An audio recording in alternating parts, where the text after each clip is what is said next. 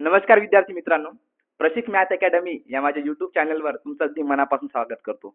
तर अलीकडेच काय तर बार्टी, टार्टी, सारथी, महाज्योती, आरटीच्या एक्झाम काय तर आता जवळ-जवळ संपत आलेल्या आहेत. ओके.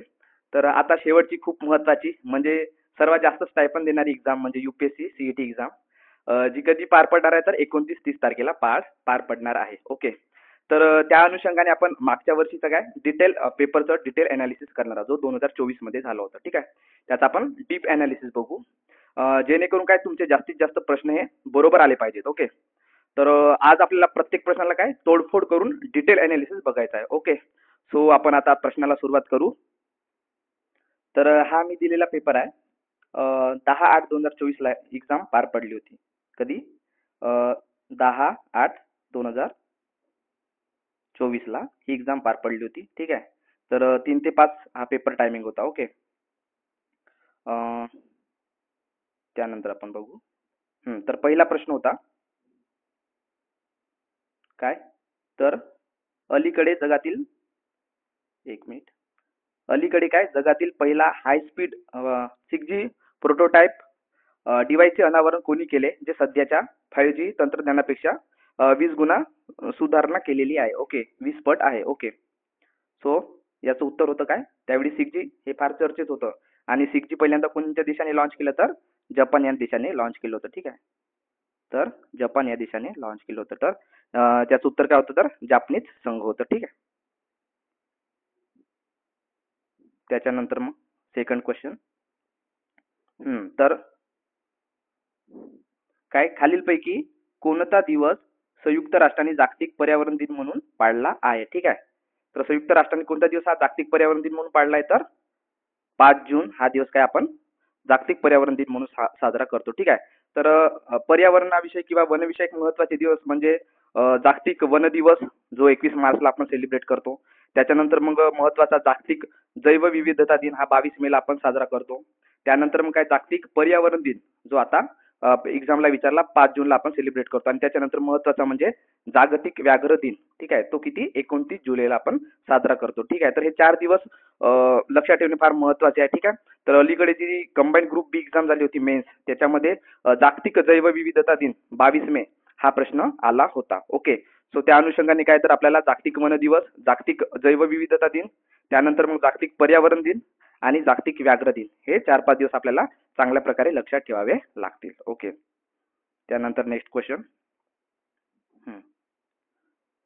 तर काय एक minute. The sustainable development report 2024 कोणी प्रकाशित केला. ठीक आहे. तर कोण प्रकाशित करतो द सस्टेनेबल डेव्हलपमेंट रिपोर्ट 2024 कोणी प्रकाशित केली तर कोणी केली जागतिक बँक करते का नाही जागतिक बँकेचा काही संबंध नाही. ठीक आहे. त्याच्यानंतर मग UNDP ओके ते बघू. त्याच्यानंतर आंतरराष्ट्रीय नाणेनिधीचा काही संबंध आहे का नाही तर हे 2 ऑप्शन कटले. ठीक आहे. आता इथं सस्टेनेबल दिलेच आहे त्याच्यामुळे काय UN सस्टेनेबल डेव्हलपमेंट सोल्युशन नेटवर्कने काय हा अहवाल प्रकाशित करते. कोणता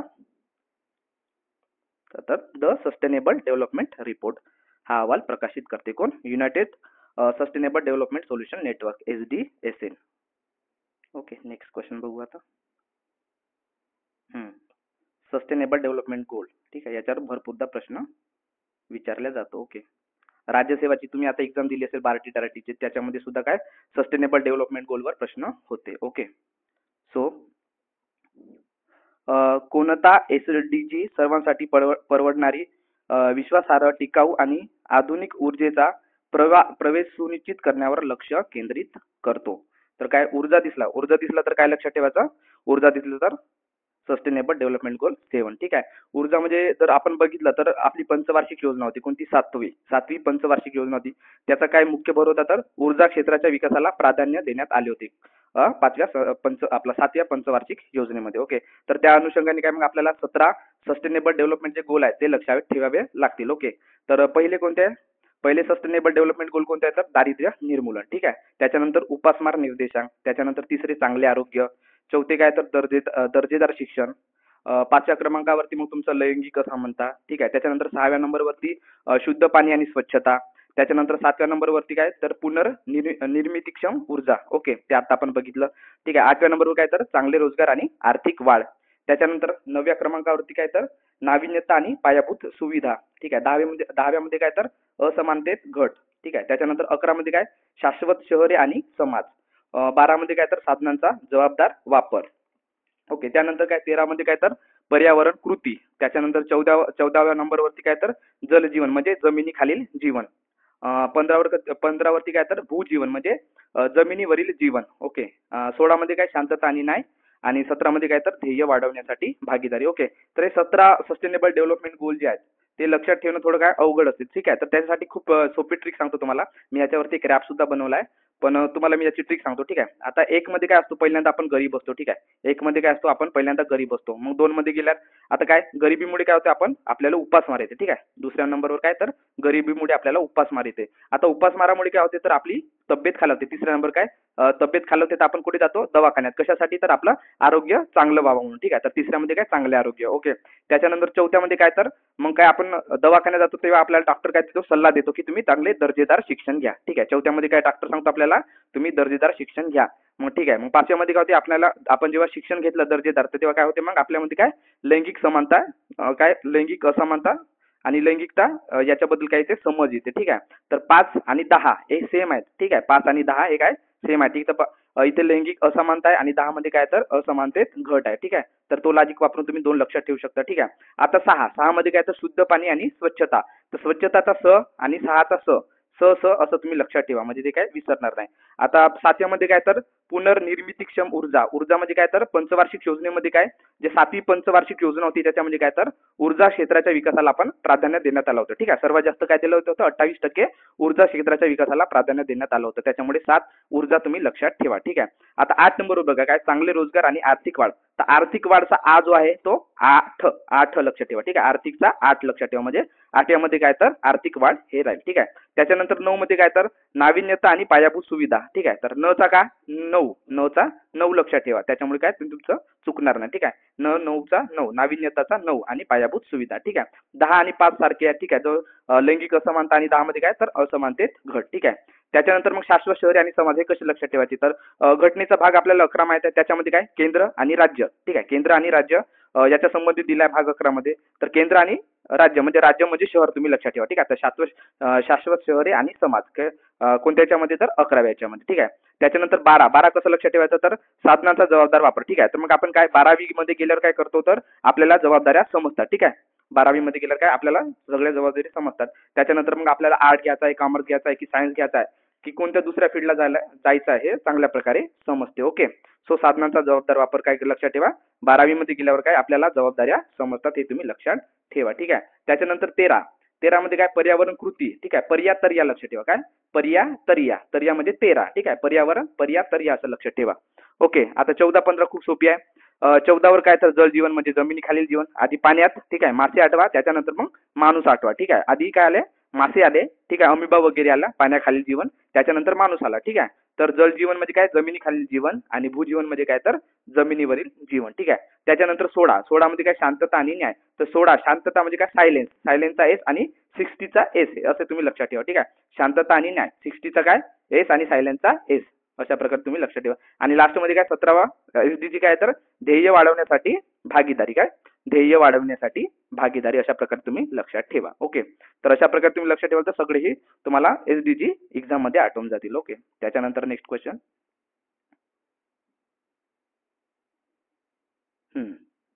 तर काय आंतरराष्ट्रीय कोणत्या आंतरराष्ट्रीय संस्थेने 2023 हे बाजरीचे आंतरराष्ट्रीय वर्ष 2023 घोषित केले आहे. ठीक आहे. तर कोणी घोषित केले आहे तर युनायटेड नेशन जनरल असेंब्ली काय करते तर दरवर्षी एक आंतरराष्ट्रीय दिवस घोषित करते. ओके. तर या अनुषंगाने आपल्याला काय तर महत्वाचे जे आता 2024 2025 आणि 2026 हे यांचे आंतरराष्ट्रीय वर्ष काय आहेत. ठीक आहे. तर ते आपल्याला लक्षात ठेवावे लागतील. ठीक आहे. तर 2024 काय संयुक्त राष्ट्रसंघाच्या विधानसभेने काय युएन जनरल असेंब्ली ज्याला आपण म्हणतो त्यांनी 2024 हे वर्ष काय म्हणून घोषित केले आहे तर आंतरराष्ट्रीय उंट वर्ष. ठीक आहे म्हणून घोषित केलेले आहेत. ठीक आहे. त्याला आपण कॅमेट म्हणतो. ठीक आहे. तर आंतरराष्ट्रीय 2024 हे काय आंतरराष्ट्रीय उंट वर्ष म्हणून युएन जनरल असेंब्लीने घोषित केले. त्याच्यानंतर काय 2025 2025 हे वर्ष काय म्हणून घोषित केले आहे तर आंतरराष्ट्रीय सहकार वर्ष म्हणून घोषित केलेले आहे. ठीक आहे, 2025 हे काय आंतरराष्ट्रीय सहकार वर्ष म्हणून घोषित केलेलं आहे. ठीक आहे. त्याच्यानंतर पुन्हा यही नाही आगे और देखते हैं क्या तर 2026 मध्ये काय तर आंतरराष्ट्रीय महिला शेतकरी दिवस. ठीक आहे, तर 2026 चा सुद्धा काय युनायटेड नेशनने काय जनरल असेंब्लीने 2026 चा सुद्धा काय घोषित केला आंतरराष्ट्रीय वर्ष काय तर आंतरराष्ट्रीय महिला शेतकरी वर्ष म्हणून काय 2026 हा घोषित केलेला आहे. ओके, त्याच्यानंतर नेक्स्ट क्वेश्चन तर काय जे आंतरराष्ट्रीय सन 2023 हे बाजरीचे आंतरराष्ट्रीय वर्ष कोणी घोषित केले तर संयुक्त राष्ट्र महासभा म्हणजे कोण the United nation general assembly. त्यानंतर नेक्स्ट क्वेश्चन बघू.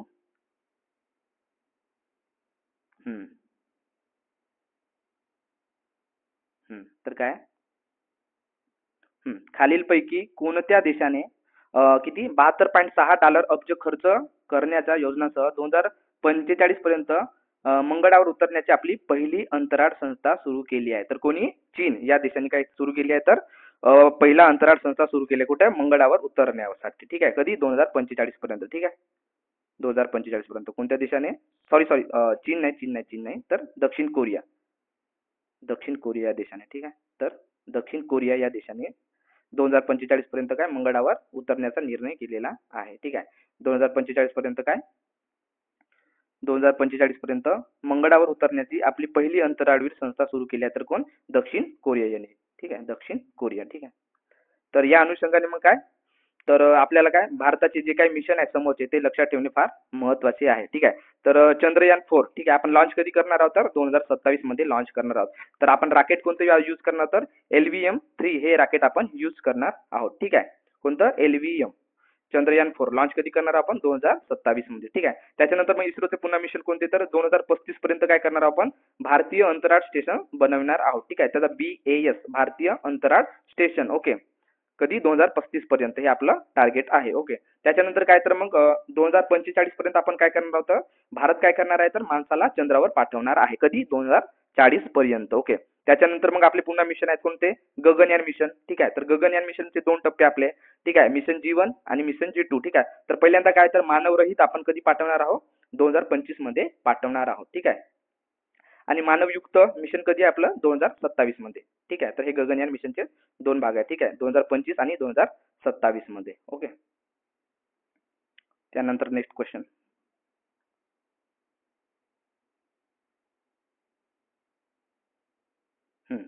तर काय जागतिक पर्यावरण सुविधा GEF च्या संदर्भात खालीलपैकी कोणते वाक्य हे बरोबर आहे आपल्याला ओळखायचं आहे. ठीक आहे, कोणते विधान हे बरोबर आहे ते आपल्याला ओळखायचं आहे. ठीक आहे, तर GEF. ठीक आहे, GEF म्हणजे काय तर ग्लोबल एन्व्हायरमेंट फॅसिलिटी GEF ज्याला आपण म्हणतो जागतिक पर्यावरण सुविधा. ओके, तर काय याची ग्लोबल एन्व्हायरमेंट फॅसिलिटीची स्थापना कधी झाली तर 1992 कुठे रिओच्या अर्थ समिटच्या पूर्वसंध्येला झाली. तर हे वाक्य काय अगदी बरोबर आहे. ठीक आहे, तर याचे हेडक्वार्टर हे जिनिव्हा स्वित्झर्लंड येथे स्थित आहे तर हे चुकीचं आहे. तर याचं जे हेडक्वार्टर आहे ठीक आहे ते कुठं आहे तर वॉशिंग्टन DC इथे आहे. ठीक आहे, कुठं वॉशिंग्टन DC इथे याचं हेडक्वार्टर आहे. त्याच्यामुळे काय ऑप्शन 2 हे चुकीचं आहे. त्याच्यामुळे फक्त ऑप्शन 1 हे याचं उत्तर राहील. ठीक आहे, तर जागतिक पर्यावरण सुविधा ओके याची स्थापना कधी 1992 ला झाली. ठीक आहे, रिओ समिट मध्ये आणि याचं हेडक्वार्टर कुठे आहे तर वॉशिंग्टन DC इथे आहे. तर याचं नेमकं काम काय तर आपण ते थोडक्यात बघू. ही एक काय तर जागतिक स्तरावरील वित्तीय यंत्रणा आहे. ओके, जी काय करते तर विकसनशील जे देश आहेत त्यांना काय जागतिक पर्यावरणीय समस्यावर मात करण्यासाठी आणि काय शाश्वत विकासाला प्रोत्साहन देण्यासाठी अनुदान आणि वित्त पुरवठा करते. म्हणजे काय पैसे पुरवण्याचं काम कोण करते तर हे जागतिक पर्यावरण सुविधा करते. कोणाला विकसनशील देशाला. ओके, त्याच्यानंतर नेक्स्ट क्वेश्चन बघू आपण. तर फक्त एक ऑप्शन काय आपला बरोबर असेल. ओके, त्याच्यानंतर नेक्स्ट क्वेश्चन प्रश्न क्रमांक 8 काय होता तर एक मिनिट. प्रश्न क्रमांक 8 खालीलपैकी चॅट जीपीटीचा काय अर्थ कोणता आहे. ठीक आहे, तर लॉंग फॉर्म विचारला होता चॅट जीपीटीचा. तर चॅट जीपीटीचा लॉंग फॉर्म काय आहे तर जनरेटिव्ह प्री ट्रेन ट्रान्सफॉर्मर. ठीक आहे, चॅट जीपीटीचा काय लॉंग फॉर्म काय आहे तर जनरेटिव्ह प्री ट्रेन ट्रान्सफॉर्मर. ठीक आहे, तर चॅट जीपीटीचा कोणी विकसित केली आहे तर ओपन AI या कंपनीने काय चॅट जीपीटी विकसित केली आहे. तर लॉन्च कधी केली आहे तर 30 नोव्हेंबर 2022 ला हे चॅट जीपीटी काय लॉन्च करण्यात आली. ओके, कधी 30 नोव्हेंबर 2022 ला. तर कोणी विकसित केली आहे तर ओपन AI या कंपनीने विकसित केलेली आहे काय चॅट जीपीटी. त्याचा लॉंग फॉर्म काय तर जनरेटिव्ह प्री ट्रेन ट्रान्सफॉर्मर. काय जनरेटिव्ह प्री ट्रेन ट्रान्सफॉर्मर हे त्याचं उत्तर आहे. ओके. त्याच्यानंतर नेक्स्ट क्वेश्चन. ही फार महत्वाची योजना. ओके. काय पीएम सूर्यघर मुक्त बिजली योजनेच्या संदर्भात खालील विधाने विचारात घ्या. ओके. काय पीएम सूर्यघर मुक्त बिजली योजनेच्या संदर्भात खालील विधाने काय विचारात घ्या. ओके. तर पहिलं स्टेटमेंट काय तर या योजनेअंतर्गत ग्रामीण भागात रूफटॉप सोलरचा अवलंब करण्यासाठी काय आदर्श म्हणून काम करण्यासाठी देशातील प्रत्येक जिल्ह्यात एक मॉडेल सोलर विलेज विकसित केला जाईल. हे वाक्य अगदी बरोबर आहे. ठीक आहे. तर ही योजना काय 2 किलोवॅट सिस्टीमसाठी प्रणाली खर्चाच्या 60% CFA आणि 2 ते 3 किलोवॅट क्षमतेच्या प्रणालीसाठी अतिरिक्त प्रणाली खर्चाच्या 40% प्रदान करते. हे सुद्धा वाक्य काय अगदी बरोबर आहे. ठीक आहे. आणि या योजनेनंतर काय तर रूफटॉप सोलर बसवले जाईल आणि काय 1 कोटी कुटुंबांना दरमहा 300 युनिट पर्यंत मोफत वीज दिली जाईल. ठीक आहे. तर अशा प्रकारे काय हे तिन्ही स्टेटमेंट काय अगदी बरोबर आहे. ठीक आहे. तर वरीलपैकी कोणती विधाने बरोबर आहे तर ही तीनही विधाने काय बरोबर आहेत. ओके. तर तिन्ही विधाने काय बरोबर आहेत. ओके. तर काय 1 2 3 हे तिन्ही विधाने काय तिन्ही विधाने बरोबर आहेत. ओके. नेक्स्ट क्वेश्चन बघू आता.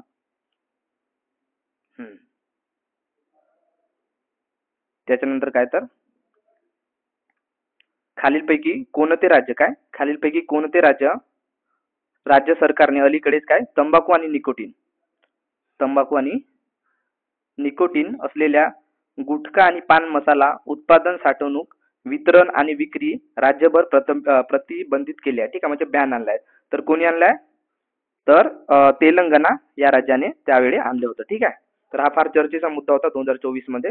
आणि तंबाखू आणि निकोटीन याच्या विरोधात एक ब्रँड अँबॅसेडर म्हणून कोणाची निवड करण्यात आली होती तर पी.व्ही. सिंधू यांची निवड करण्यात आलेली होती. ओके. कोणाची पी.व्ही. सिंधू यांची नियुक्ती करण्यात आली होती, निवड करण्यात होती काय ब्रँड अँबॅसेडर म्हणून. ओके. त्याच्यानंतर नेक्स्ट क्वेश्चन.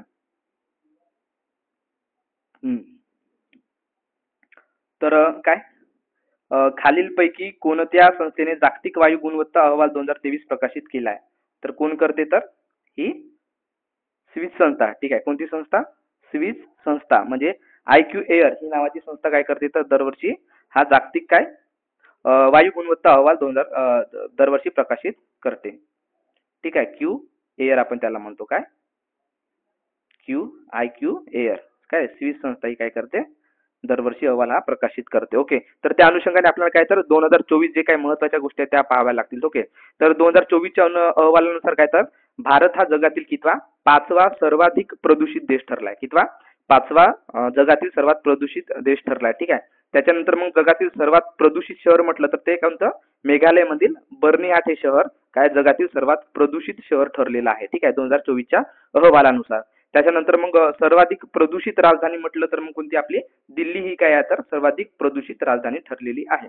त्याच्यानंतर मग काय 2024च्या अहवालानुसार सर्वात जास्त म्हणजे काय सर्वात जास्त प्रदूषित असलेला देश कोणता तर तो आहे चाड. ठीक आहे. हा कुठे आहे चाड देश हा आफ्रिका खंडामधील हा देश आहे. कोणता चाड देश. तर हा काय चाड देश हा जगातील सर्वात प्रदूषित देश ठरला. भारत जगामध्ये कितवा तर 5वा सर्वाधिक प्रदूषित देश ठरला. त्याच्यानंतर सर्वात प्रदूषित शहर म्हणजे बर्निहाट मेघालय आणि सर्वाधिक प्रदूषित राजधानी कोणती तर आपली दिल्ली ही सर्वात प्रदूषित राजधानी ठरलेली आहे. ओके. त्यानंतर नेक्स्ट क्वेश्चन. तर खालील जोड्यांचा विचार करा. ओके. खालील जोड्यांचा काय विचार करा. तर काय मन्नार बायोस्फिअर रिझर्व्ह आखात कुठे आहे मन्नार नावावरून ओळखते की साऊथ मधलं असेल. ठीक आहे. तर मन्नार बायोस्फिअर रिझर्व्ह कुठे आहे तर हे तामिळनाडू इथे आहे. कुठे तामिळनाडू इथे आहे. ठीक आहे. त्याच्यानंतर पचमढी.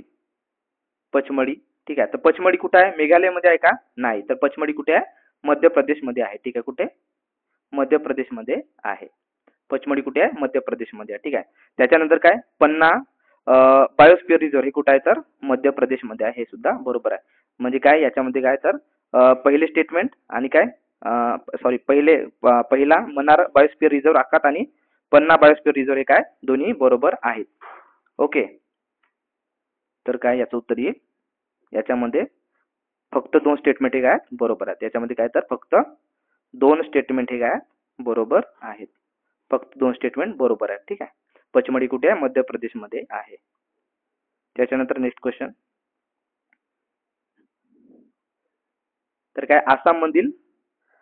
आसाममधील जोरहाट येथे अलीकडेच काय अनावरण करण्यात आलेल्या शौर्याचा पुतळा खालीलपैकी कोणत्या व्यक्तीचे चित्रण करते? तर कोणत्या? तर त्या काळात कोण? सरदार वल्लभभाई पटेल हे आहेत का नाही? हे ते यांचा पुतळा कुठे आहे? गुजरातमध्ये आहे. ठीक आहे. आदि शंकराचार्य सुद्धा नाही. तर काय? बीर लचित बेरफुकम. कोण? बीर लचित बोरफुकम हे फार चर्चेत होते त्यावेळेस. ठीक आहे. तर यांचं काय? आसाममधील जोरहाट येथे यांचा शौर्याचा पुतळा हे काय केला? उभारण्यात आला. ठीक आहे. तर त्या अनुषंगाने मग आसामबद्दल काही आपल्याला माहिती असणे आवश्यक आहे. तर आसाममध्ये काय 3 युनेस्को वर्ल्ड हेरिटेज साईट आहेत. ठीक आहे. तर 1985 मध्ये काय 2 नॅशनल पार्क त्याला काय युनेस्को वर्ल्ड हेरिटेज साईटचा दर्जा देण्यात आला. त्याच्यामध्ये मग काझीरंगा नॅशनल पार्क पहिल्या नंबरवरचा. ठीक आहे. त्याच्यानंतर दुसऱ्या नंबरवरती काय तर मानस वन्यजीव अभयारण्य. ठीक आहे. हा दुसरा नंबर झाला 1985 मध्ये. आणि अलीकडेच चर्चेमध्ये असलेला काय चराई देव मोईदाम. ठीक आहे. चराई देव मोईदाम हा ठीक आहे जुलै 2024 मध्ये काय याला युनेस्को वर्ल्ड हेरिटेज साईटचा दर्जा देण्यात आलेला आहे. ठीक आहे.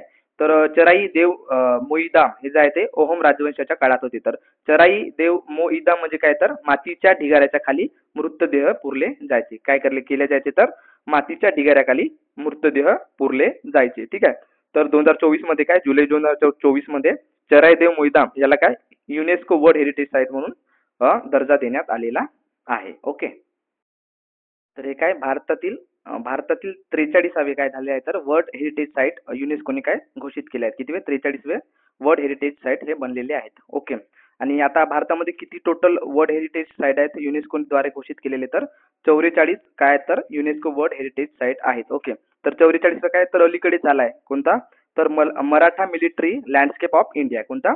Maratha military landscape of India. याच्यामध्ये काय तर छत्रपती शिवाजी महाराजांचे किती 12 गड किल्ले. ठीक आहे. तर ते त्याच्यामध्ये किती 11 महाराष्ट्रातले आणि एक कुठला तामिळनाडूचा. ठीक आहे. तर असे किती टोटल 12 जे आहेत गड किल्ले हे 44व्या युनेस्को वर्ल्ड हेरिटेज साईट मध्ये समाविष्ट करण्यात आले आहेत. ठीक आहे. तर भारतात आता एकूण किती झाले आहेत तर 44 युनेस्को वर्ल्ड हेरिटेज साईट झाले आहेत. ठीक आहे. आणि 43वे कोणते तर चराई देव मोईदाम. ओके. कुठे? ओहम राजवंशाचं आसाममध्ये. त्याच्यानंतर मग नेक्स्ट क्वेश्चन. सॉरी पुन्हा आपल्याला 4 ऑप्शन डिस्कस करायचे होते. हां. तर काय सरदार वल्लभभाई पटेल. ओके. काय सरदार वल्लभभाई पटेल आता यांचा पुतळा जर बघितला तर कुठे गुजरातमध्ये. ओके. तो काय तर जगातील सर्वात उंच पुतळा आहे. ओके. आणि त्याची उंची किती आहे तर 182 मीटर उंचीचा तो पुतळा आहे. आता त्याची 182 मीटर उंची का बरं ठेवण्यात आली? कारण तिथली जी आपली विधानसभा आहे कुठली गुजरातची तिची सदस्य संख्या सुद्धा कुठे किती आहे तर 182 आहे. त्याच्यामुळे त्या पुतळ्याची उंची किती ठेवण्यात आली तर 182 मीटर एवढी ठेवण्यात आली. ठीक आहे. तर त्याला स्टॅच्यू ऑफ युनिटी म्हणतात. ठीक आहे. काय त्या पुतळ्याचं नाव काय तर स्टॅच्यू ऑफ युनिटी. तर 31 ऑक्टोबर 2018 मध्ये काय त्या पुतळ्याचं उद्घाटन करण्यात आलं होतं. कुठे आहे? गुजरातमधील केवडिया जवळ नर्मदा नदीवर हा पुतळा तयार करण्यात आला. ठीक आहे. तर राम सुतार यांनी हा पुतळा साकारला होता. ओके. अलीकडे त्यांचं सुद्धा निधन झालं आणि त्यांना महाराष्ट्र भूषण पुरस्कार आणि सन्मानित करण्यात आलेले आहे. ओके. ते जवळपास 100 वर्षाचे होते. त्याच्यानंतर काय तर आदि शंकराचार्य. कोण? आदि शंकराचार्य. ठीक आहे. तर यांचा किती 108 फूट उंचीचा पुतळा कुठे आहे तर मध्य प्रदेशमध्ये ओंकारेश्वर येथे आहे. ठीक आहे. आदि शंकराचार्य यांचा पुतळा किती 108 फूट उंचीचा पुतळा कुठे मध्य प्रदेशमध्ये ओंकारेश्वर येथे आहे. त्याला काय नाव आहे तर स्टॅच्यू ऑफ वननेस. काय स्टॅच्यू ऑफ वननेस हे नाव आहे. तर ते सुद्धा कुठे आहे तर नर्मदा नदीच्या काठावरती आहे. त्याच्यानंतर मग काय तर डॉक्टर बाबासाहेब आंबेडकर. ओके. ठीक आहे. डॉक्टर बाबासाहेब आंबेडकरांचा किती तर 206 फूट उंचीचा पुतळा. किती 206 फूट उंचीचा पुतळा जो काय जगातील सर्वात उंच पुतळा आहे हा कुठे आहे तर आंध्र प्रदेशमधील विजयवाडा येथे उभारण्यात आलेला आहे. कुठे? आंध्र प्रदेश विजयवाडा येथे उभारण्यात आलेला आहे. डॉक्टर बाबासाहेब आंबेडकरांचा काय जगातील सर्वात उंच पुतळा तो किती किती फूट उंचीचा आहे तर 206 फूट उंचीचा पुतळा आहे. ओके. आणि काय लचित बोरफुकन यांचं काय तर कुठे शौर्याचा पुतळा जो आहे तो किती फुटाचा आहे तर तो जवळपास आय थिंक 125 फूट उंचीचा आहे. कुठे? 125 फूट उंचीचा. कुठे? आसाममधील जोरहाट येथे उभारण्यात आलेला आहे. ठीक आहे. लचित बोरफुकन यांचा किती 125 फूट उंचीचा पुतळा. ओके. त्याच्यानंतर मग नेक्स्ट क्वेश्चन.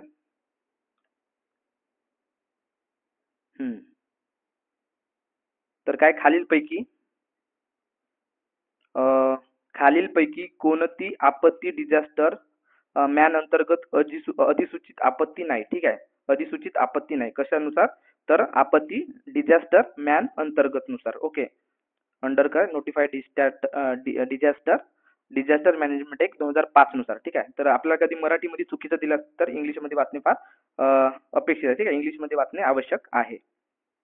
तर विच ऑफ द फॉलोइंग काय which of the following disaster is not notified disaster. ठीक आहे.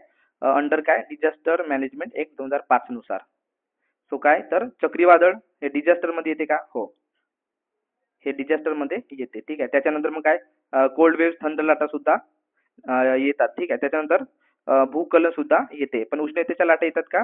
तर उष्णतेच्या लाटा हे डिझास्टर मध्ये येत नाही. ठीक आहे. आपत्तीमध्ये येते का? नाही. ठीक आहे. 2005च्या कायद्यानुसार काय तर चक्रीवादळ सायक्लोन येते, त्याच्यामध्ये मग कोल्ड वेव्ह येतात आणि लँडस्लाइड म्हणजे भूस्खलन सुद्धा येते, पण त्याच्यामध्ये उष्णतेच्या लाटा येत नाही. ठीक आहे. त्याच्यामुळे उत्तर हे 4 असेल. ओके. त्याच्यानंतर काय तर फाहियान काय फाहियान हा चीनी बौद्ध भिक्खू कोणाच्या कारकिर्दीत भारतात भेट दिली. ठीक आहे. तर हे कोणाच्या काळात आला तर चंद्रगुप्त 2च्या काळात चंद्रगुप्त 2च्या काळात हा आला होता. कोणाच्या? चंद्रगुप्त 2. ओके. ऑप्शन 3 मध्ये आहे चंद्रगुप्त 2. ठीक आहे. तर आता तुम्ही याला लक्षात कसं ठेवाल तर फाहियानचा काय चंद्रगुप्तचा तुम्ही म्हणजे डायरेक्ट फाहियानचा एफ. ठीक आहे. काय फाहियानचा एफ. एकच मिनिट.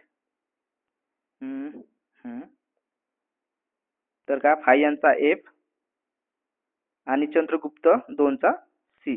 ठीक आहे. चंद्रगुप्त आता एफसी कॉलेजला गेट किती आहेत तर 2 गेट आहेत. किती? 2 गेट आहे असं तुम्ही लक्षात ठेवा. ठीक आहे. एफसी कॉलेजला किती? 2 गेट आहेत. त्याच्यामुळे काय फाहियान कोणाच्या काळात आला होता तर चंद्रगुप्त 2च्या काळात आलेला होता. ठीक आहे. एफसी 2 लक्षात ठेवा. ठीक आहे. एफसी म्हणजे एफ म्हणजे काय फाहियान आणि सी म्हणजे काय चंद्रगुप्त 2 म्हणजे 2. ठीक आहे. एफसी कॉलेजला किती गेट आहेत? 2 गेट आहेत. त्याच्यामुळे काय उत्तर येईल हे आपलं चंद्रगुप्त 2 हे आपलं काय येईल उत्तर येईल. ओके. त्याच्यानंतर मग काय पुन्हा एक बौद्ध चिन्ह चीनी जो बौद्ध भिक्खू आला होता तो कोण? झुआनयांग. ठीक आहे. त्याला किंवा हेनसांग सुद्धा म्हणतात. ठीक आहे. झुआनसांग म्हणतात किंवा मग त्याला हेनसांग सुद्धा म्हणतात. हा कोणाच्या काळात आला होता तर हेनसांग जो आहे हेनसांगचा एज हेनसांग कोणाच्या काळात आला होता तर हर्षवर्धनच्या काळात आला होता. ठीक आहे. हर्षवर्धनच्या काळात कोण आला होता तर हेनसांग आला होता किंवा त्याला झुआनसांग सुद्धा म्हणतात. ठीक आहे. आता झू मध्ये गेल्या काय होते? जर झुआनसांग जर आला तर आपण लक्षात कसं ठेवायचं? झू मध्ये गेल्या काय होते तर आपल्याला हर्ष होते. ठीक आहे. काय होते? झू मध्ये गेल्यावर आपल्याला हर्ष होते. ठीक आहे. तर त्या अनुषंगाने आपण लक्षात ठेवू शकतो. ठीक आहे. तर एफसी कॉलेजला किती गेट? 2 गेट. म्हणजे काय फाहियान कोणाच्या काळात आला होता तर चंद्रगुप्त 2च्या काळात आला होता. ठीक आहे. आणि हेनसांग कोणाच्या काळात आला होता तर हर्षवर्धनच्या काळात आलेला होता. ओके. ठीक आहे. तर हे 2 चीनी बौद्ध भिक्खू भारताला त्यांनी भेट दिलेली होती. ठीक आहे. फाहियान कुठे तर चंद्रगुप्त 2च्या काळात आणि हेनसांग हा हर्षवर्धनच्या काळात भारताला त्यांनी भेट दिलेली होती. ओके. त्यानंतर नेक्स्ट क्वेश्चन. त्याच्यानंतर काय सम्राट अशोकाबद्दल दिलाय. तर काय खालीलपैकी कोणत्या आज्ञापत्रात अशोकाच्या नावाचा उल्लेख आहे? ठीक आहे. तर खालीलपैकी कोणत्या आज्ञापत्रात अशोकाच्या नावाचा उल्लेख आहे? तर कुठे आहे तो उल्लेख? तो आहे नितूर. कुठे? नितूर या नावाच्या शिलालेखामध्ये काय आज्ञापत्रात नितूर या आज्ञापत्रात त्यांच्या नावाचा उल्लेख आहे. ठीक आहे. नितूर या आज्ञापत्रामध्ये अशोकांचा उल्लेख आहे. ठीक आहे. तर आता आपण सम्राट अशोकाबद्दल काय माहिती बघू. ठीक आहे. तर सम्राट अशोक हे काय तर भारताचे 3रे मौर्य सम्राट होते. ठीक आहे. भारताचे 3रे मौर्य सम्राट. ठीक आहे. चंद्रगुप्त मौर्य त्यांचा मुलगा मग बिंदुसार आणि बिंदुसारचा मुलगा कोण तर सम्राट अशोक. ओके. तर सम्राट अशोक जे आहेत तर ते काय होते? सम्राट अशोक हे भारताचे 3रे मौर्य सम्राट होते. ठीक आहे. त्यांचं घराणं कोणतं तर मौर्य घराणं. बरोबर आहे. मगध साम्राज्य आणि त्याच्यामध्ये काय तर मग मगधची राजधानी कोणती आपली? पाटलीपुत्र. ठीक आहे. पाटलीपुत्र काय त्यांची राजधानी होती. कुठे आता? अलीगड बिहारमध्ये. ओके. आणि त्यांचे वडील कोण? बिंदुसार. त्यांचे वडील कोण? बिंदुसार. आणि आईचं नाव काय होतं तर राणी धर्मा हे त्यांच्या आईचं नाव होतं. ठीक आहे. तर त्यांच्या शिलालेखात जर बघितलं तर त्यांच्या पत्नीचे नाव काय होते तर कारुवाकी हे त्यांच्या पत्नीचे नाव होते. ठीक आहे. आता तुम्ही वेगवेगळ्या याच्यात बघाल तर तुम्हाला वेगवेगळे नाव त्यांच्या पत्नीचे दिसतील. ठीक आहे. कुठे पद्मावती सुद्धा त्यांच्या पत्नीचं नाव दिलेलं आहे. ठीक आहे. तर त्यांच्या शिलालेखात त्यांच्या पत्नीचं नाव काय होतं तर कारुवाकी हे त्यांच्या पत्नीचं नाव होतं. ओके. तर त्यांना 5 संतती होत्या. त्याच्यामध्ये मग महेंद्र, संघमित्रा, तिवल, कुणाल आणि चारुमती हे त्यांना 5 संतती होत्या. ठीक आहे. महेंद्र, संघमित्रा, तिवल, कुणाल आणि चारुमती. तर इसवी सन पूर्व काय 265 मध्ये कलिंग युद्ध झाले. तर त्या कलिंग युद्धामध्ये काय तर 1 लाखाहून अधिक सैनिक व काय नागरिक मारले गेले. आता हा रक्तपात पाहून काय त्यांचं हृदय परिवर्तन झालं आणि मग त्यांनी बौद्ध धर्म स्वीकारण्याचा मार्ग अवलंबिला. ओके. तर ओके. तर त्यांच्या जे 14 शिलालेख आहेत तर त्याच्यामध्ये 13व्या शिलालेखामध्ये काय कलिंग युद्धानंतर त्यांनी बौद्ध धर्म स्वीकारलेला दिसून येतो. ठीक आहे. तर त्याच्यानुसार त्यांना 13व्या शिलालेखात असं दिलंय की त्यांना बुद्ध धर्म कोणी दिला तर उपगुप्त, ज्यांना आपण मोगली पुत्र तिस्स म्हणतो, त्यांनी त्यांना काय बौद्ध धर्म ची दीक्षा दिली. बौद्ध धर्माची काय दीक्षा दिली कोणाला? सम्राट अशोकांना. 13व्या शिलालेखामध्ये याचा उल्लेख केलेला आहे. कोणी दिली? उपगुप्त, त्यांनाच काय मोगली पुत्र तिस्स म्हणतो, त्यांनी सम्राट अशोकांना काय बौद्ध धर्माची दीक्षा दिली. ठीक आहे. तर सम्राट अशोकाचे काही नाव आहेत ज्यांचा उल्लेख आपल्याला पाली भाषेमध्ये त्यांना काय देवना पियदसी हा त्यांच्या नावाचा उल्लेख आढळतो. आणि त्याच्यानंतर मग संस्कृत भाषेमध्ये त्यांना प्रियदर्शनी प्रियदर्शी या नावाचा त्यांचा उल्लेख आढळतो. ठीक आहे. तर पुन्हा काही बौद्ध समिट झाले होते, जे बौद्ध काउन्सिल झाले होते, म्हणजे आपण त्याला बुद्ध परिषद म्हणतो. तर जे तिसरी बौद्ध परिषद झाली होती त्याचे जे आपले काय कोणाच्या काळात झाली होती तर सम्राट अशोकांच्याच काळात झालेली होती. ठीक आहे. पाटलीपुत्र या ठिकाणी तिसरी बौद्ध परिषद भरलेली होती. ओके. तर त्या अनुषंगाने तुम्ही सम्राट अशोक चांगल्या प्रकारे वाचून घ्या, ज्या या नोट्समध्ये मी सगळं दिलेलं आहे. ओके. तुम्ही याचा स्क्रीनशॉट मारू शकता किंवा मग माझा टेलिग्राम चॅनल आहे त्याच्यामध्ये मी सगळे इमेज टाकतो, तिथून तुम्ही डाउनलोड करून घ्या. ओके. आणि याची पीडीएफ सुद्धा तुम्हाला तिथे मिळेल. ओके. त्याच्यानंतर मग आपण नेक्स्ट क्वेश्चन बघू.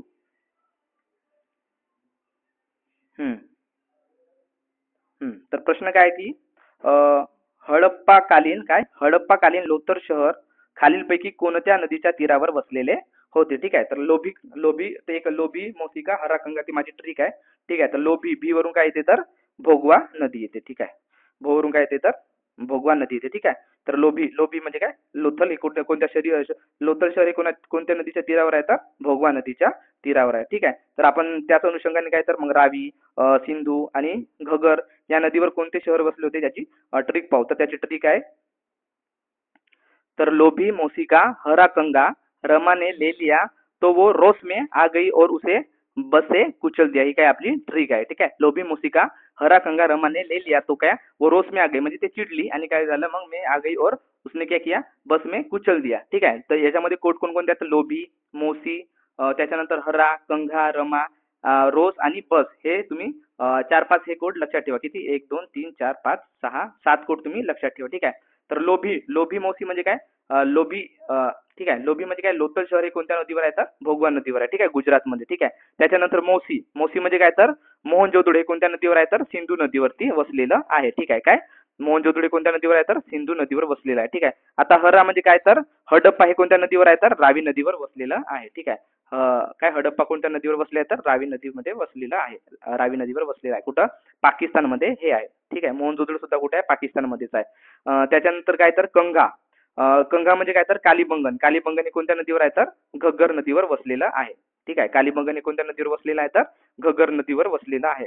ठीक आहे. त्याच्यानंतर रमा म्हणजे काय तर रंगपूर हे कुठं आहे तर मादर नदीवर वसलेलं आहे. ठीक आहे. रमा हे जे काय म्हणते रंगपूर जे आहे ते कोणत्या नदीवर वसलेलं आहे तर मादर नदीवर वसलेलं आहे. कुठे? रंगपूर गुजरातमध्ये. ठीक आहे. कालीबंगन कुठे? राजस्थानमध्ये. हडप्पा पाकिस्तान, मोहनजोदडो पाकिस्तान आणि लोथल कुठे? गुजरातमध्ये. ठीक आहे. त्याच्यानंतर रोस म्हणजे काय तर रोपण. ठीक आहे. तर रोपण कोणत्या नदीवर तर सतलज नदीवर. कुठे? पंजाबमध्ये. ठीक आहे. रोस म्हणजे काय रोपण हा कुठं? सतलज नदीवर वसलेला आहे. ठीक आहे. त्याच्यानंतर बस म्हणजे काय तर बनमाली हे हडप्पा स्थळ कोणत्या नदीवर वसलेला आहे तर सरस्वती नदीवर वसलेला आहे. ठीक आहे. कुठे? हरियाणामध्ये. ओके. तर लोभी मोसिका हरा कंगा रमा ने ले लिया और रोस में आके क्या उसने बस को कुचल दिया. ठीक आहे. तर लोभी मोसिका हरा कंगा हे एवढं जर तुम्ही लक्षात ठेवाल तरी तुमचे जर प्रश्न आला तर सॉल्व्ह होऊ शकतो. ठीक आहे. हे हडप्पा स्थळ आणि कोणत्या नदीवर वसलेलं आहे. ठीक आहे. तर ही ट्रिक आहे, तुम्ही लिहून घ्या कुठेतरी एका पेजवर, नाहीतर मग तुम्ही स्क्रीनशॉट मारू शकता याचा. ओके. त्याच्यानंतर मग नेक्स्ट क्वेश्चन.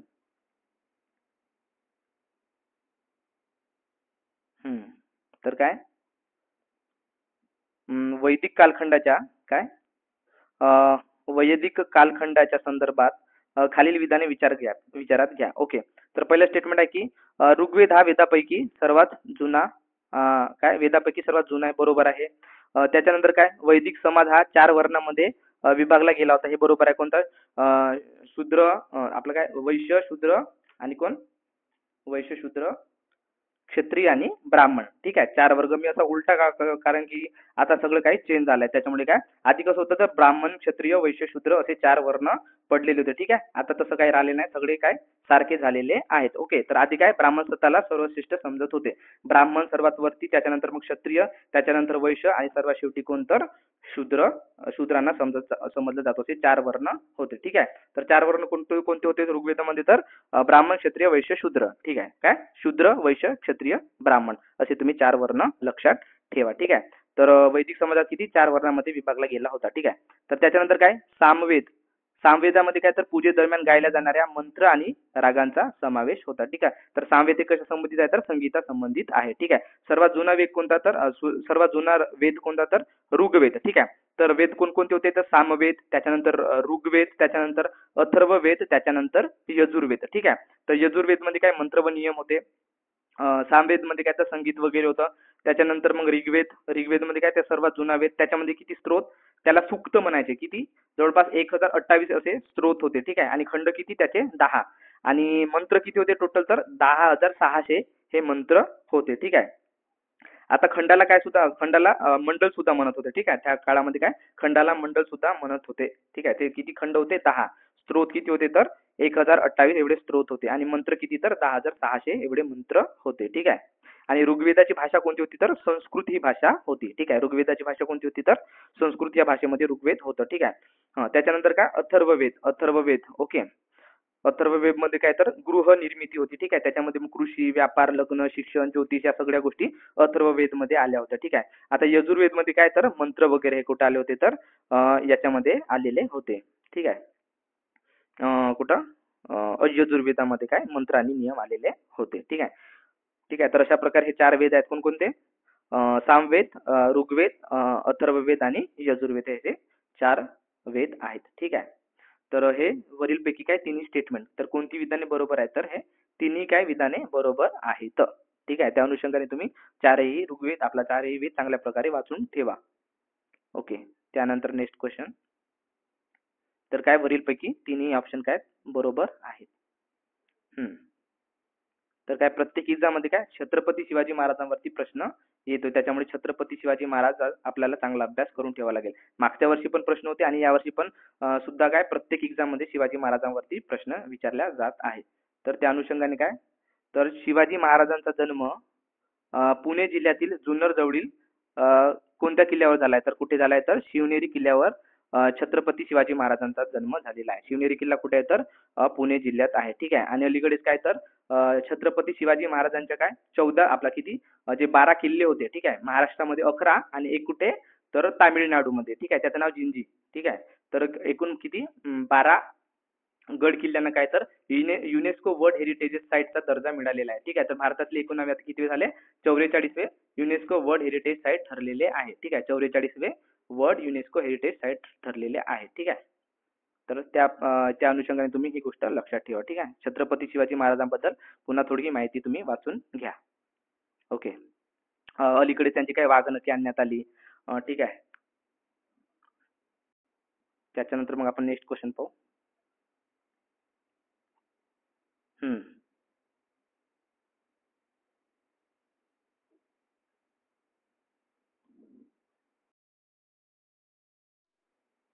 प्रश्न क्रमांक किती 20.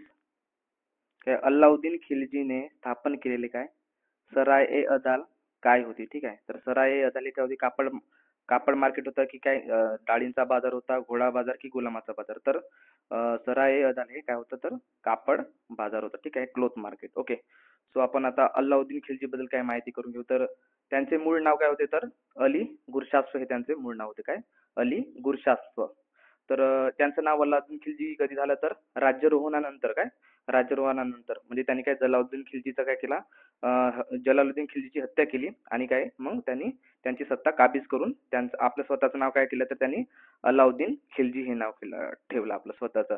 तर त्यांचं मूळ नाव काय होतं तर अली गुरशास्प हे त्यांचं मूळ नाव होतं. ठीक आहे, तर त्यांचा कार्यकाळ बघितला तर काय इसवी सन 1296 ते 1316 हा त्यांचा कार्यकाळ आहे. ओके, सो 13व्या शतकामध्ये काय तर खिलजी घराण्यातील काय दिल्लीचा हा दुसऱ्या क्रमांकाचा सुलतान होता. ठीक आहे, तर पहिला सुलतान कोण तर मग जलालुद्दीन खिलजी ज्यांनी काय खिलजी वंशाची स्थापना केली. आता जलाउद्दीन खिलजी म्हणजे हे अल्लाउद्दीन खिलजीचे काय काका होते. ओके.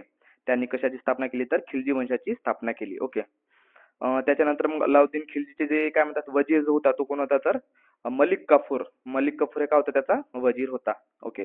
त्याच्यानंतर मग त्याच्या पत्नी जर बघितल्या अल्लाउद्दीन खिलजीच्या तर मलिका ए जहा. ठीक आहे. मलिका ए जहा म्हणजे कोण तर जलाउद्दीन खिलजीची मुलगी. मलिका ए जहा त्याची पहिली पत्नी. त्याच्यानंतर मग दुसरी पत्नी म्हणजे वाघेल वंशाची जो राजा होता त्याची मुलगी कमला देवी ही त्याची दुसरी पत्नी होती. ओके. तर अल्लाउद्दीन खिलजीला एक मुलगा होता त्याचं नाव होतं कुतुबुद्दीन मुबारक शाह. कोण? कुतुबुद्दीन मुबारक शाह हे अल्लाउद्दीन खिलजीच्या मुलाचे नाव होते. तर त्याने काय कापडाच्या व्यापारासाठी जो बाजार सुरू केला होता त्याला काय म्हणत होते तर सरा ए अदाल असे म्हणत होते. ठीक आहे. आणि बाजाराच्या नियंत्रणासाठी जो अधिकारी नेमला होता त्याला शहाने ए मंडी म्हणायचे. ठीक आहे. जो अधिकारी होता त्याला शहाना ए मंडी म्हणायचे. ओके. आणि काय बाजार नियंत्रण व्यवस्थेसाठी काय बाजार नियंत्रण व्यवस्थेसाठी दिवाण ए रियासत ह्या विभागाची त्यांनी स्थापना केली होती. काय दिवाण ए रियासत. आणि बाजारांच्या नियंत्रणासाठी अधिकारी कोणता होता तर त्याला शहाना ए मंडी म्हणायचे. आणि विभाग कोणता तर दिवाण ए रियासत. ठीक आहे. तर त्यांनी लढलेली लढाई म्हणजे काय चित्तोडची लढाई. त्यामध्ये कोण सम्राट राणी रतन सिंग यांचा त्यांनी पराभव केला आणि चित्तोडवर आपली सत्ता काबीज केली होती. ठीक आहे. आणि अल्लाउद्दीन खिलजी स्वतःचा उल्लेख काय करायचे तर सिकंदर ए सानी म्हणून ते स्वतःचा उल्लेख करायचे. ठीक आहे. तर त्यांना काय दुसरा अलेक्झांडर स्वतःला तो काय समजत होता तर दुसरा अलेक्झांडर समजत होता. ओके. ठीक आहे. तर काय अल्लाउद्दीन खिलजीने स्थापन केलेली सराय अद अली काय होती तर कापड बाजार होती. ओके. त्यानंतर नेक्स्ट क्वेश्चन.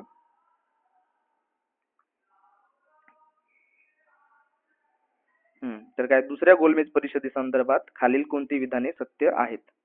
काय गोलमेज परिषदेसंबंधी खालीलपैकी कोणते विधाने सत्य आहेत? ठीक आहे.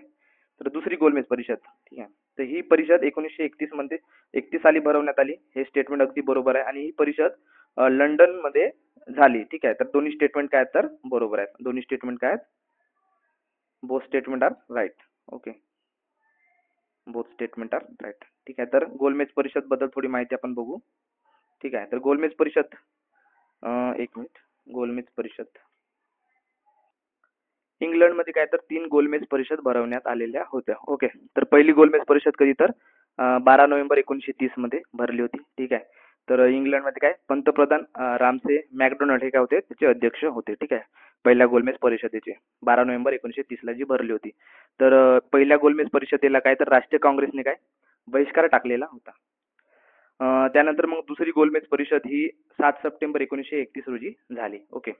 आणि तिसरी गोलमेज परिषद ही 17 नोव्हेंबर 1932 म्हणजे 1930, 31 आणि 1932 अशा 3 गोलमेज परिषद झाल्या. ठीक आहे. तर या तिन्ही गोलमेज परिषदेला डॉक्टर बाबासाहेब आंबेडकर उपस्थित होते. ठीक आहे. तर आता या परिषदेला गोलमेज परिषदच का म्हणायचे कारण सगळे मेंबर जे आहेत ते का राऊंड टेबल मध्ये म्हणजे गोल टेबल वरती बसायचे. ठीक आहे.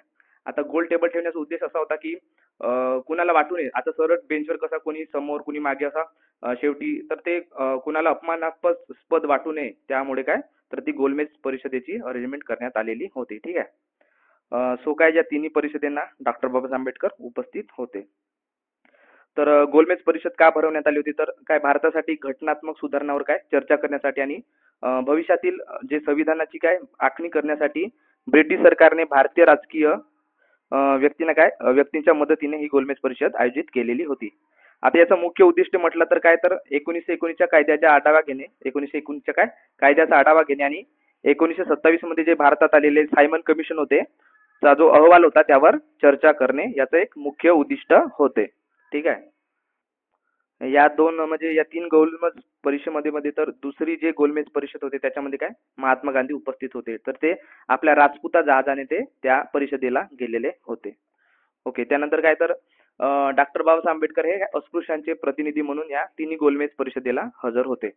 तर त्यांच्यासोबत पुन्हा अस्पृश्यांचे प्रतिनिधी म्हणून कोण राव बहादूर श्रीनिवासन सुद्धा त्याच गोलमेज परिषदेला हजर होते. ठीक आहे. तर बाबासाहेब आंबेडकरचा एक उद्देश होता की इतर समाजाला जे राजकीय व सामाजिक हक्क मिळतात ते काय अस्पृश्य समाजाला सुद्धा मिळावे ही त्यांची मुख्य मागणी होती. ठीक आहे. आणि त्यांनी काय स्वतंत्र मतदारसंघाची मागणी केली होती पण महात्मा गांधींनी त्याला विरोध केलेला होता. ठीक आहे. त्याच्यानंतरचा क्वेश्चन बघू तर काय दुसरी गोलमेज परिषद कुठे 1931 मध्ये भरली होती आणि ही परिषद लंडन मध्ये झालेली होती. ओके. त्यानंतर नेक्स्ट क्वेश्चन. तर काय तर काय प्रश्न क्रमांक 22, ब्राह्मो समाजाबाबत खालीपैकी कोणते विधान बरोबर नाही? ठीक आहे. तर ब्राह्मो समाजाची स्थापना म्हणजे याची स्थापना राजाराम मोहन राय यांनी काय 1828 मध्ये केली, हे स्टेटमेंट अगदी बरोबर आहे. त्याच्यानंतर काय हिंदू धर्माचे शुद्धीकरण करणे आणि एकेश्वरवादाचा प्रचार करणे हा त्याचा मुख्य उद्देश होता. ओके, हे सुद्धा स्टेटमेंट बरोबर आहे. बालविवाह आणि जातीव्यवस्थेचे समर्थन करणे, तर हे स्टेटमेंट काय तर चुकीचे आहे. ठीक आहे. समर्थन केले का? त्यांनी असमर्थन केले होते. ठीक आहे. बालविवाह आणि जाती व्यवस्थेचे काय केले होते? असमर्थन केलेले होते. आणि चौथे स्टेटमेंट काय तर सती प्रथा रद्द करण्यात त्यांचा महत्वाचा वाटा होता. ठीक आहे. तर काय याची स्थापना राजाराम मोहन यांनी 1828 मध्ये केली. ठीक आहे. ब्राह्मण समाजाची स्थापना. त्याच्यानंतर काय हिंदू धर्माचे शुद्धीकरण करणे आणि एकेश्वरवादाचा प्रचार करणे, हे सुद्धा स्टेटमेंट बरोबर आहे. हे स्टेटमेंट चुकीचं आहे. ठीक आहे. बालविवाह आणि जाती व्यवस्थेचे समर्थन हे चुकीचं आहे. त्यांनी असमर्थन केले होते. ठीक आहे. आणि सती प्रथा रद्द करण्यात त्यांचा महत्वाचा वाटा होता. तर हे 3 स्टेटमेंट बरोबर आहे. स्टेटमेंट तिसरे काय चुकीचे आहे. ठीक आहे. तर कोणते विधान बरोबर नाही? तर तिसरे विधान हे बरोबर नाही. ओके. त्यानंतर नेक्स्ट क्वेश्चन.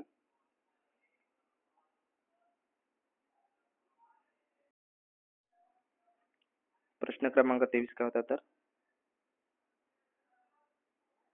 अलीगड चळवळीच्या संदर्भात खालील विधाने विचारात घ्या. ओके. याची सुरुवात सर सय्यद अहमद खान यांनी केली होती. बरोबर, हे स्टेटमेंट अगदी बरोबर आहे. मुस्लिमांमध्ये काय आधुनिक शिक्षणाचा प्रसार करण्याच्या उद्देशाने ही चळवळ निर्माण करण्यात आली होती. ठीक आहे. या चळवळीचा परिणाम म्हणून काय अलीगड मुस्लिम विद्यापीठाची स्थापना झाली, हे स्टेटमेंट सुद्धा काय बरोबर आहे. तर या चळवळीने भारतातील ब्रिटिश राजवटीचा विरोध केला, तर हे स्टेटमेंट काय चुकीचं आहे. त्यांनी ब्रिटिश राजवटीचा विरोध केलेला नाही तर समर्थन केलेले आहे. ओके. सो काय याची सुरुवात अलीगड चळवळीची सुरुवात कोणी केली तर सर सय्यद अहमद खान यांनी केली. ठीक आहे. 1875 मध्ये.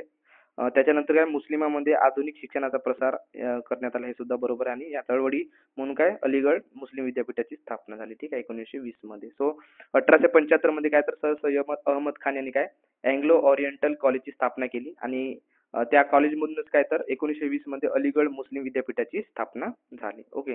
तर त्या अनुषंगाने तुम्ही अलीगड चळवळ ही लक्षात ठेवा. त्यानंतर मग नेक्स्ट, तर काय यामध्ये फक्त 3 स्टेटमेंट हे बरोबर आहेत. 1, 2, 3 आणि चौथं चुकीचं आहे. त्यानंतर काय क्वेश्चन नंबर 24, इंडिगो बंडाच्या संदर्भात खालील विधानांचा विचार करा. ठीक आहे. तर काय बंगालमध्ये 1859 ते 60 मध्ये हा बंड झाला. जाचक वृक्षारोपण व्यवस्थेच्या विरोधात नीळ शेतकऱ्यांनी नेतृत्व केले, हे बरोबर आहे.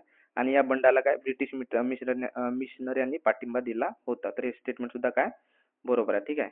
तर काय याच्यात तिन्ही स्टेटमेंट हे बरोबर आहे. ठीक आहे. 1859 मध्ये बंड झाले.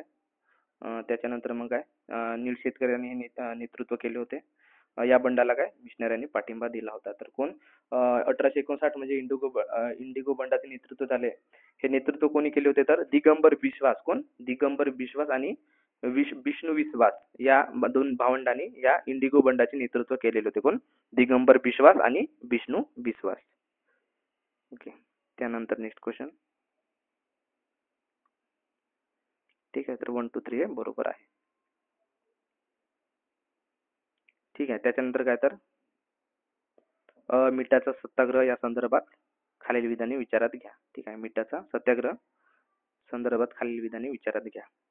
तर काय 12 मार्च 1930 रोजी गांधीजींनी साबरमती येथील त्यांच्या काय आश्रमातून समुद्राकडे चालण्यास सुरुवात केली. बरोबर, हे स्टेटमेंट अगदी बरोबर आहे. भारताच्या इतर भागामध्ये समांतर मीठ मोर्चे काढले जात होते. ठीक आहे. धारासना वगैरे इथे मिठाचा सत्याग्रह सुरू होता.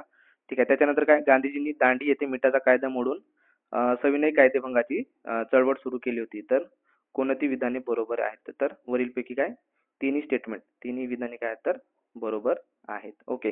सो मिठाचा सत्याग्रह म्हटलं तर काय 12 मार्च 1930 तर 6 एप्रिल 1930 दरम्यान झाला. तर साबरमती आश्रमापासून गांधीजींनी काय 12 मार्च 1930 ला सुरुवात केली. तर त्यांच्यासोबत किती 78 अनुयायी या सत्याग्रहात सहभागी झालेले होते. ओके. आणि महिलांचा समावेश म्हटलं तर कोण? सरोजिनी नायडू आणि इला भट. कोण? सरोजिनी नायडू आणि इला भट या महिलांचा सुद्धा काय होता या सत्याग्रहात सहभाग होता. ठीक आहे. जवळपास हे 24 दिवस चाललेले 24 दिवस काही यांनी प्रवास केला होता. जवळपास 385 किलोमीटर पायी प्रवास करून ते कधी 6 एप्रिल 1930 ला दांडी येथे समुद्र किनारी पोहोचले. ओके. मग काय तर सकाळी जवळपास 6:30 वाजता चिमूटभर मीठ उचलून काय महात्मा गांधीजींनी कायदेभंग केलेला होता. ओके, ठीक आहे. त्याच्यानंतर मग आपण नेक्स्ट क्वेश्चन बघू. तर काय वरीलपैकी तिन्ही स्टेटमेंट हे बरोबर होते. प्रश्न क्रमांक काय 26. भारत छोडो आंदोलन याच्या संदर्भात खालील विधाने विचारात घ्या. ठीक आहे. तर कोण मोहनदास करमचंद गांधी यांनी 1942 मध्ये भारत छोडो आंदोलन सुरू केले. बरोबर आहे. करा किंवा मरा. ठीक आहे. करा किंवा मरा ही घोषणा महात्मा गांधीजींनी भारत छोडो आंदोलनात दिली होती. तर हे दोन्ही स्टेटमेंट काय तर दोन्ही स्टेटमेंट हे अगदी बरोबर आहेत. ओके, ठीक आहे. बरोबर आहेत कोणते दोन्ही स्टेटमेंट काय बरोबर आहेत. त्याच्यानंतर नेक्स्ट क्वेश्चन. तर दुसऱ्या महायुद्धात बंगालवर झालेले आर्थिक परिणामाच्या संदर्भात खालील विधाने एक मिनिट खालील विधाने विचारात घ्या. ठीक आहे. तर काय दुसऱ्या महायुद्धात बंगालवर झालेल्या आर्थिक परिणामाच्या संदर्भात खालील विधाने विचारात घ्या. ओके, तर काय धान्याचे भाव वाढले असताना तागाचे भाव कोसळले. हे अगदी बरोबर आहे. ठीक आहे. त्याच्यानंतर काय वाढत्या असुरक्षिततेमुळे अत्यावश्यक वस्तूंची मोठ्या प्रमाणात साठेबाजी करण्यात आली. हे सुद्धा बरोबर. आणि काय बंगालच्या लोकसंख्येच्या आर्थिक तक्रारी ब्रिटिशांनी प्रभावीपणे सोडवल्या. तर प्रभावीपणे सोडवल्या का तर नाही. ते लक्ष देत होते का काय भारतीय लोकसंख्येच्या तक्रारीची लक्ष देत होते का त्याच्याकडे तर देत नव्हते. ओके, सो त्यांनी प्रभावीपणे सोडवल्या का तर नाही. तक्रारी सोडवल्या का तर नाही. त्याच्यामुळे काय धान्याचे भाव वाढले असताना तागाचे भाव कोसळले. स्टेटमेंट बरोबर आहे. आणि त्याच्यानंतर काय वाढत्या असुरक्षिततेमुळे काय अत्यावश्यक वस्तूंची मोठ्या प्रमाणात साठेबाजी करण्यात आलेली होती. तर हे दोन स्टेटमेंट काय बरोबर आहे. तिसरे स्टेटमेंट चुकीचे आहे. सो ओनली 1 and 2 हे काय राहील आपलं उत्तर राहील. ठीक आहे. Only 1 and 2. त्याच्यानंतर नेक्स्ट क्वेश्चन काय तर हा खूप सोपी प्रश्न. तर भारतीय स्वातंत्र्य चळवळीतील लाल बाल आणि पाल या तिन्ही प्रमुख नेत्यांची योग्य नावे कोणती. ठीक आहे. तर लाल म्हणजे काय तर लाल बिपिन चंद्र एक मिनिट. तर लाल म्हणजे काय तर लाला लजपत राय. ठीक आहे. त्याच्यानंतर बाल म्हणजे काय तर बाळ गंगाधर टिळक आणि पाल म्हणजे काय तर बिपिन चंद्र पाल. ठीक आहे. तर हा ऑप्शन पहिला जो आहे हा चुकीचा आहे. लाला हरदयाळ यांचा काही संबंध नाही. ठीक आहे. त्याच्यानंतर मग लाल बहादूर शास्त्री यांचा सुद्धा काही संबंध नाही. त्याच्यानंतर मग लोकनाथ बाळ यांचा सुद्धा काही समावेश याच्यात काही लाल बालपाल याच्यामध्ये समाविष्ट होत नाही. ठीक आहे. तर कोण बाळ गंगाधर टिळक, त्याच्यानंतर कोण बिपिन चंद्र पाल आणि लाला लजपत राय यांना तिघांना काय म्हणत होते तर भारतीय स्वातंत्र्य चळवळीत लाल बाल आणि पाल असे म्हणत होते. ठीक आहे. त्याच्यानंतर नेक्स्ट क्वेश्चन स्वातंत्र्याच्या वेळी भारतीय राष्ट्रीय काँग्रेसचे अध्यक्ष खालीलपैकी कोण होते. ठीक आहे. स्वातंत्र्याच्या वेळी भारतीय राष्ट्रीय काँग्रेसचे अध्यक्ष कोण होते तर जे.बी. कृपलानी. कोण जे.बी. कृपलानी काय होते तर भारतीय राष्ट्रीय काँग्रेसचे अध्यक्ष होते. ओके. त्यानंतर नेक्स्ट क्वेश्चन. ठीक आहे. तर आपण इतिहासाचे आणि करंट अफेअरचे क्वेश्चन बघितले. हा भाग 1 झाला. ठीक आहे. तर भाग 2 मध्ये आपण मग पर्यावरण, भूगोल, पॉलिटी, सायन्स आणि इकॉनॉमीचे प्रश्न घेऊन येऊ. ठीक आहे.